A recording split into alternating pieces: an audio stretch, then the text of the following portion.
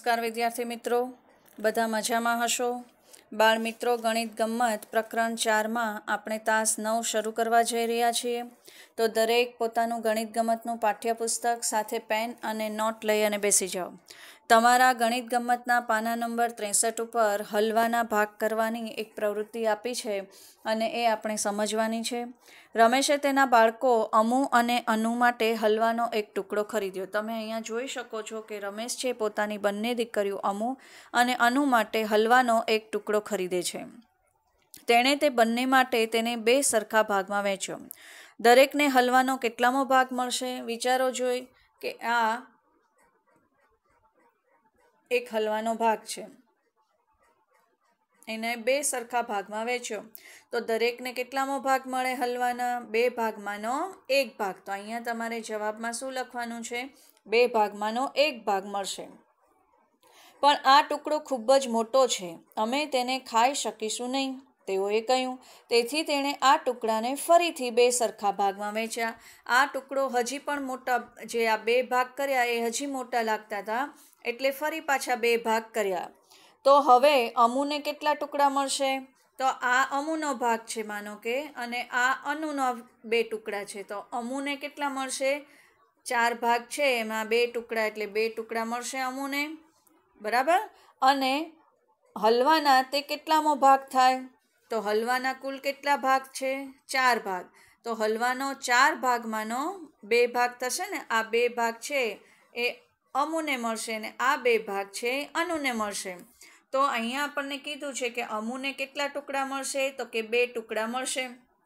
પણ એ હલવાના કેટલામો ભાગ થાય? તો હલવાના કુલ 4 ભાગ છે, એમાંથી 2 ભાગ છે એ અમુને મળશે। હજુ પણ આ હલવો છે એ લોકોને મોટો લાગે છે, એટલે કહે છે કે પપ્પા હજુ તેને નાના બનાવો, તેઓએ કહ્યું। તેથી તેણે હલવાના ફરીથી નાના ટુકડા કર્યા। અહીંયા જુઓ તો હલવાના 4 ટુકડાના પાછા એક ટુકડાના 2 ભાગ કરીને 8 ભાગ કરે છે અને પછી કહે છે કે બરાબર, આભાર પપ્પા। હવે તમે પાના નંબર 64 ઉપર આવો। પાના નંબર 64 ઉપર તમે જુઓ તો આને લગતા પ્રશ્ન આપ્યા છે કે હવે દરેકને બાળકને કેટલા ટુકડા મળશે? તો હવે દરેક બાળકને 8 ટુકડામાંથી અડધા, એટલે કેટલા મળે? 4 ટુકડા મળશે।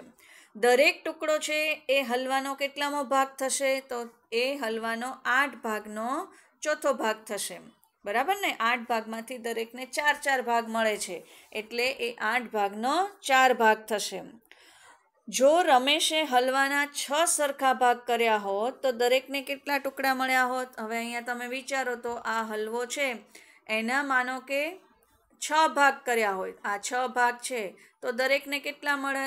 તો દરેકને કેટલા મળે તમે વિચારો। આ અમુને અડધો ભાગ, એટલે આ અમુને મળત અને આ છે એ અનુને મળત, એટલે દરેકને કેટલા ભાગ મળે? કેટલા ભાગ મળે? દરેકને 3 ટુકડા મળે અને કેટલામો ભાગ? 6 ભાગમાંનો ત્રીજો ભાગ મળે। દરેકને કેટલા ટુકડા મળે? 3 ટુકડા મળે અને કેટલામો ભાગ પૂછે તો આપણે શું કહેવું પડે? કેટલામો ભાગ? 6 ભાગમાંનો ત્રીજો ભાગ છે એ એને મળે। હવે અહીંયા ઉપરોક્ત સંવાદને આધારે તમારા જવાબો જુઓ અને અહીંયા આપણે લખવાનું છે। તો પહેલાં 2 ટુકડા હતા, એમાંથી 1 ટુકડો આપ્યો। પછી કેટલા ટુકડા કર્યા? 4 ટુકડા, એમાંથી 2 ટુકડા આપ્યા, દરેકને 2 ટુકડા મળ્યા। પછી છે એ 6 ટુકડામાંથી માનો કે 3 ટુકડા છે એ આપ્યા। હવે 8 ટુકડામાં કર્યા અને એમાંથી દરેકને 4 ભાગ, 8 ટુકડાનો ચોથો ભાગ મળ્યો। હવે માનો કે 10 ભાગ કર્યા હોત તો કેટલા મળત? દરેકને 5 મળત। તો બાળ મિત્રો જુઓ, આ બધા જે ભાગ છે એ તમને સરખા લાગશે। જો 2 ભાગમાંનો 1 ભાગ એટલે અડધો થાય, 4 ભાગમાંના 2 ભાગ એટલે પણ અડધો, 6 ભાગમાંના 3 ભાગ એટલે પણ અડધું થાય, 8 ભાગમાંથી 4 ભાગ લઈએ તો પણ 8ના અડધા 4, 10 ભાગમાંથી 5 લઈએ તો પણ 10ના અડધા 5। તો આ બધા છે એને સમ અપૂર્ણાંક કહેવાય। સમ અપૂર્ણાંક એટલે કે સરખા અપૂર્ણાંક, એની જે કિંમત છે એ સરખી જ હોય, કે આપણે 2 ભાગમાંનો 1 ભાગ લખીએ કે 10 ભાગમાંનો 5 ભાગ લખીએ, એ બધાની સમજ શું થાય? અડધો જ ભાગ થાય. બરાબર? તો આ રીતે આપણે સમ અપૂર્ણાંકની સમજ પણ અહીંયા મેળવી. આગળ આપણને કહે છે કે પટ્ટીના ભાગ પાડવાના છે. તમને અહીંયા ચિત્ર બતાવ્યું છે. દરેક લીલા રંગનો ટુકડો છે એ પટ્ટીનો કેટલોમો ભાગ છે તે લખવાનો છે. જુઓ, અહીંયા તમને ગુલાબી રંગની પટ્ટી આપી છે, પછી પીળા રંગની, વાદળી રંગની અને અહીંયા લીલા રંગની આપી છે. હવે તમને પ્રશ્ન પૂછ્યો છે કે દરેક લીલા રંગનો ટુકડો પટ્ટીનો કેટલામો ભાગ છે? તો લીલા રંગના ટુકડા કેટલા છે? આ પટ્ટીમાં જુઓ તો લીલા રંગના ટુકડા છે 8. તો દરેક ટુકડો છે એ કેટલામો ભાગ થયો? 8 ભાગમાંનો 1 ભાગ થયો. હવે એ જ રીતે આપણને અહીંયા પૂછ્યું છે કે દરેક રંગની પટ્ટીનો એક ટુકડો છે એ પટ્ટીનો કેટલોમો ભાગ થાય એ આપણે લખવાનો છે. તો અહીંયા વાદળી રંગની પટ્ટી જુઓ તો એના કેટલા ભાગ છે? 4 ભાગ. તો 4 ભાગમાંનો 1 ભાગ થાય. દરેક ટુકડો છે એ 4 ભાગમાંનો 1 ભાગ થશે. હવે અહીંયા પીળા રંગની પટ્ટી છે, તો પીળા રંગની પટ્ટીના કેટલા ભાગ છે? 2 ભાગ છે. તો દરેક ભાગ છે એ કેટલામો ભાગ થાય? 2 ભાગમાંનો 1 ભાગ. અને અહીંયા જુઓ ગુલાબી રંગની પટ્ટી છે, એનો એકેય ભાગ છે નથી. તો અહીંયા તમારે લખવાનું છે કે આ પૂરેપૂરો ભાગ છે. બરાબર? પૂરેપૂરો ભાગ એટલે કે આખો ભાગ છે, એનો કોઈ ભાગ પડતો નથી. તો અહીંયા લીલા છે ટુકડા એ 8 ભાગમાંનો 1 ભાગ થશે. પછી વાદળી રંગનો ટુકડા છે એ દરેક ટુકડો છે એ 4 ભાગમાંનો 1 ભાગ થશે. પીળા કલરની પટ્ટીના ટુકડા છે એ દરેક 2 ભાગમાંના 1 ભાગ થશે. અને આ ગુલાબી રંગની પટ્ટી છે એ આખી જ છે એટલે એ પૂરેપૂરો ભાગ છે. હવે અહીંયા આગળ તમને જે પ્રશ્ન વિચારવાનું છે એ કીધું છે કે કેટલા ચોથા ભાગ મળીને અડધો ભાગ થશે. જો બાળ મિત્રો, આ તમારે થોડુંક સમજવામાં અઘરું છે, પણ તમને આકૃતિ દ્વારા સમજાશે. આપણને શું પૂછ્યું છે કે કેટલા ચોથા ભાગ? હવે ચોથો ભાગ એટલે 4 ભાગમાંનો 1 ભાગ. અહીંયા આકૃતિ દોરું, એના 4 ભાગ કરું. હવે એનો આ 1 ભાગ હું લઉં છું તો એ કેટલું થયું? 4 ભાગમાંનો 1 ભાગ. હવે આવો 4 ભાગમાંનો 1 ભાગ છે એ કેટલા આપણે લઈએ? તો અડધો ભાગ એટલે કે 2 ભાગમાંનો 1 ભાગ થશે. એ વિચારવાનું છે. હવે તમે આકૃતિ જોશો તો તમને સમજાશે કે અહીંયા આપણે 4 ભાગમાંનો 1 ભાગ લીધો. હવે હું બીજા મારે કેટલા ભાગ લેવા પડે? તો એ 2 ભાગમાંના 1 ભાગ. 2 ભાગમાંનો 1 ભાગ એટલે હવે તમને ખબર છે 2 ભાગ હોય એમાંથી 1 ભાગ લઈએ એટલે કેટલો થાય? અડધો થાય. તો હવે 4 ભાગ છે એમાંથી હું કેટલા ટુકડા લઈશ? મારે કેટલા ટુકડા લેવા પડશે? તો તમે કહેશો કે બેન 4 ભાગ છે એમાંથી આપણે 2 ટુકડા લઈએ તો શું થાય? અડધો ભાગ થઈ જાય ને. જો અહીંયા હું 2 ટુકડા લઈશ એટલે અડધું તમને દેખાય છે ને, તો અડધો થશે. તો 4 ભાગમાંનો 1 ભાગ અને બીજો 4 ભાગમાંનો 1 ભાગ હું લઈશ એટલે અડધો ભાગ થશે. કઈ રીતે એ સમજીએ. જુઓ, અહીંયા તમે આ આકૃતિ દ્વારા તો સમજ્યા. હવે અહીંયા પણ સમજીએ કે 4 ભાગમાંનો 1 ભાગ વત્તા 4 ભાગમાંનો 1 ભાગ. બરાબર? તો આ 1 ને 1 કેટલા થયા? 2 થયા. તો 4 ભાગમાંના 2 ભાગ થયા. હવે 4 ભાગમાંના 2 ભાગ એટલે 2 એકા 2 ને 2 દુ 4. તો આપણે અહીંયા એના ઓલું કરીએ, છેદ ઉડાડીએ તો આપણને શું મળશે? તો કે 2 ભાગમાંના 1 ભાગ. તો આપણે અહીંયા પ્રશ્ન જે પૂછ્યો હતો કે કેટલા ચોથા ભાગ મળીને અડધો ભાગ થશે, તો આપણે શું લખવાનું? કે 2 ચોથા ભાગ મળીને અડધો ભાગ થાય. હવે બીજો પ્રશ્ન અહીંયા શું પૂછ્યું છે એ જોઈએ કે કેટલા 8 ભાગમાંના 1 ભાગ મળીને 4 ભાગમાંનો 1 ભાગ થશે. અથવા તો આપણે આમ પણ વિચારવાનું છે કે 1/8 ભાગ કેટલા ભાગ કરીએ તો 1/4 ભાગ થાય. હવે એ પણ આપણે આકૃતિ દ્વારા સમજી લઈએ. જુઓ, અહીંયા આપણને કીધું છે કે 8 ભાગ છે. બરાબર? આ 8 ભાગમાંનો 1 ભાગ. આવા કેટલા ભાગ આપણે કરીશું? તો 4 ભાગમાંનો 1 ભાગ થશે. કેટલા ભાગ આપણે લઈએ? તો 4 ભાગમાંનો આ 1 ભાગ થાય. તો જુઓ, આ 8 ભાગમાંનો 1 ભાગ લીધો. હવે આપણે બીજો એક લેશું ભાગ. તો તમે વિચારો તો હવે કેટલું થશે? 8 ભાગમાંના 2 ભાગ લીધા તો કેટલું થાય? આ આવશે? વિચારો જોઈ, અનુમાન કરો જોઈ. હા આવશે. કઈ રીતે? કે 2 એકા 2 ને 2 દુ 4. આપણે એના હજી પણ ભાગ કરીએ તો કેટલા મળ્યો આપણને? 4 ભાગમાંનો 1 ભાગ મળી ગયો ને. હવે અહીંયા આકૃતિમાં સમજીએ. જુઓ, આ 2 ભાગ, 8 ભાગમાંનો આ 2 ભાગ એટલે કેટલું થાય? 1/4 થઈ ગયા ને. આ ચોથો ભાગ થયો ને. હવે આ 1/4 ભાગ થયો, આ 1/4 ભાગ થયો, આ 1/4 ભાગ થયો ને. તો હવે આવા 2 આપણે લેશું એટલે 1/4 આપણને મળી જશે. હવે બાળ મિત્રો, અહીંયા તમને જે કીધું છે કે 2 ભાગમાંનો 1 ભાગમાં કેટલા? 8 ભાગમાંના 1 ભાગ છે. આ તમારે વિચારી અને ઘરકામમાં મને કરી અને બતાવવાનું છે. આવું આકૃતિ દોરી અને તમારે વિચારવાનું છે અને પછી જવાબ આપવા પ્રયત્ન કરવાનો છે. ન સમજાય તો હું ફરી તમને સમજાવીશ અથવા મને ફોન કરીને પણ તમે પૂછી શકશો. આગળ આપણને પેટર્ન કીધી છે. આ ચોરસ જુઓ, તમને અહીંયા ચોરસ બતાવ્યું છે એ જોવાનું છે. એમાં કેટલો ભાગ વાદળી રંગનો છે, કેટલો ભાગ લીલા રંગનો છે એ તમારે વિચારવાનું છે અને કહેવાનું છે.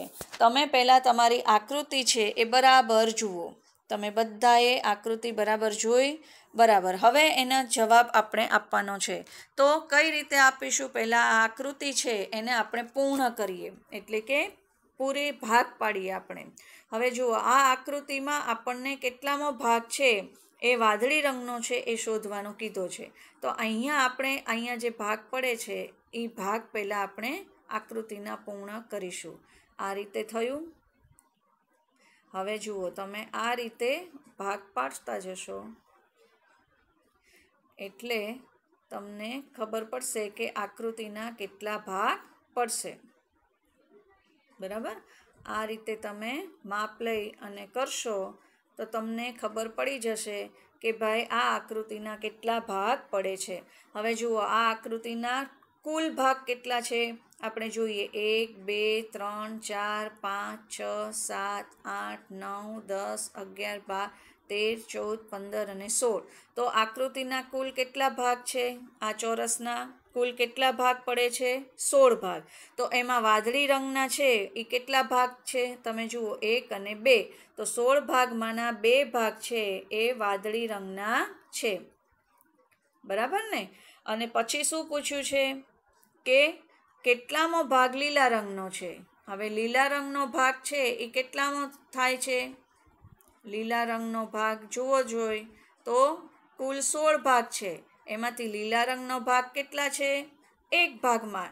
તો 16 ભાગમાંનો 1 ભાગ છે એ લીલા રંગનો છે. હવે આ વાદળી રંગના છે એ 16 ભાગમાંના 2 ભાગ, અથવા તમે આમ પણ કહી શકો કે આનું આપણે નાનું સ્વરૂપ બનાવીએ. 2 એકા 2 અને 2 અઠ્ઠાને 16. તો 8 ભાગમાંનો 1 ભાગ પણ એ થાય. હવે અહીંયા તમને એક કોયડો પૂછ્યો છે એ સમજીએ. અહીંયા જે કોયડો પૂછ્યો છે એની વાત આપણે કરી લઈએ. અમ્મીની કહે છે કે અડધાનો અડધો ભાગ અને પોણા ભાગનો ત્રીજો ભાગ સરખો છે. તમે સહમત છો? તમે આ કેવી રીતે બતાવશો? જુઓ, અમ્મીની શું કહે છે કે અડધાનો અડધો ભાગ. આપણે એક આકૃતિ બનાવીએ. આ અડધો ભાગ છે. બરાબર? 2 ભાગમાંનો 1 ભાગ. હવે આનો અડધો ભાગ એટલે કેટલા થાય? આનો પણ અડધો ભાગ કરીએ એટલે કેટલા થાય? 4 ભાગમાંનો કેટલો થાય? અડધાનો અડધો ભાગ એટલે કેટલો થાય? 4 ભાગમાંનો 1 ભાગ થાય ને.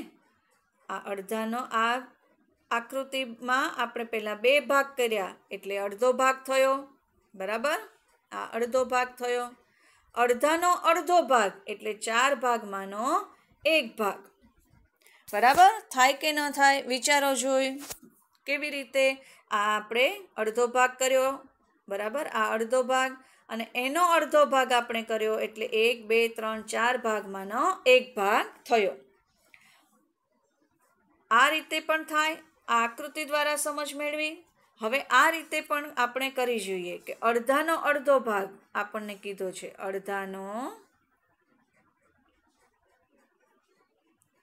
અડધો ભાગ એટલે કેટલું થાય? જુઓ, આ અડધો ભાગ છે, એનો પણ અડધો ભાગ એટલે એનો પણ બીજો ભાગ કરવાનો.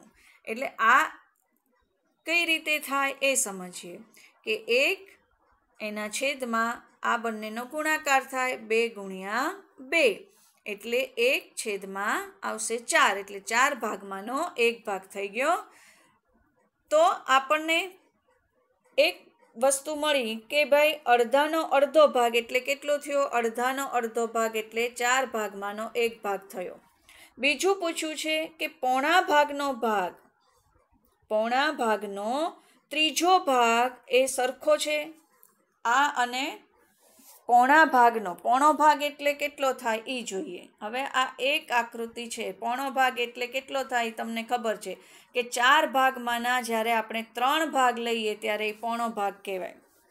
2 ભાગ લઈએ એટલે અડધો ભાગ થાય, 1 ભાગ લઈએ એટલે પા ભાગ થાય અને 3 ભાગ લઈએ એટલે પોણો ભાગ થાય. એ તમને ખબર છે. તો પોણો ભાગ એટલે કેટલો થયો? 4 ભાગમાંનો 3 ભાગ. હવે આપણને શું કીધું છે કે પોણા ભાગનો પણ ત્રીજો ભાગ. પોણા ભાગનો ત્રીજો ભાગ છે એ છે અને આ 4 ભાગમાંનો 1 ભાગ, એ બંનેની જે મૂલ્ય છે, એ બંનેનું કિંમત છે એ સરખું થાય કે નહીં એ આપણે શોધવાનું છે. તો એ જોઈ લઈએ. આ પોણા ભાગનો ત્રીજો ભાગ છે એ આપણે કરીએ તો શું જવાબ મળે છે એ જોઈ લે. પોણા ભાગનો ત્રીજો ભાગ એટલે 3 અને એના છેદમાં આ બંનેનો ગુણાકાર થશે 4 ગુણ્યા 3. તો 3 એના છેદમાં 4 તેરી 12. હવે આનો આપણે છેદ ઉડાડીએ. 3 એકા 3 અને 3 ચોક 12. તો શું જવાબ મળ્યો? 4 ભાગમાંનો 1 ભાગ મળ્યો. તો આ પોણા ભાગનો ત્રીજો ભાગ અને અડધા ભાગનો અડધો ભાગ એ બંને કેવા થઈ ગયા? સરખા છે. એટલે આપણે એનેથી સહમત છીએ. બરાબર? તો આ રીતે તમારે કોયડો પણ ઉકેલવાનો છે. હજી પણ તમે આકૃતિ દોરી અને આ રીતે તમે સમજ મેળવજો અને જે હું ઘરકામ આપું એના ફોટા પાડી અને તમે મને મોકલજો. ન સમજાય કંઈ પણ તમને ન સમજાય કે તમને દાખલા ગણતા હોય ત્યારે તમને કોઈ બી પ્રશ્ન હોય તો મને ફોન કરી અને પાછા પૂછજો. દરેક વિદ્યાર્થી ઘરકામ પૂર્ણ કરી અને મને બતાવશે. આવજો.